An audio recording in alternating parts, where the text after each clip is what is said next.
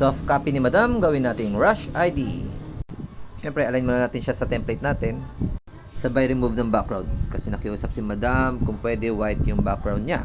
Samahan na rin natin ang paglilinis ng mga edges niya. Para smooth tingnan. Ang kinaganda ng file na to, maliit na lang ang kailangan na retouch at cleaning.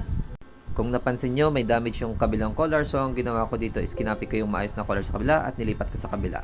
Hindi lang natin siya basta ilalapat lang. I-align din natin siya para maganda siya tingnan. Parang hindi siya na-edit kumbaga. At para matuwa naman si client, di ba?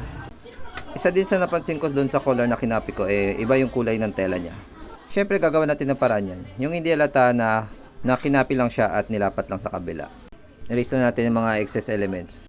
Siyempre, sa tama paggamit ng brush tool, may lalapat natin siya na maganda. Yung tipong hindi halata talagang inedit siya.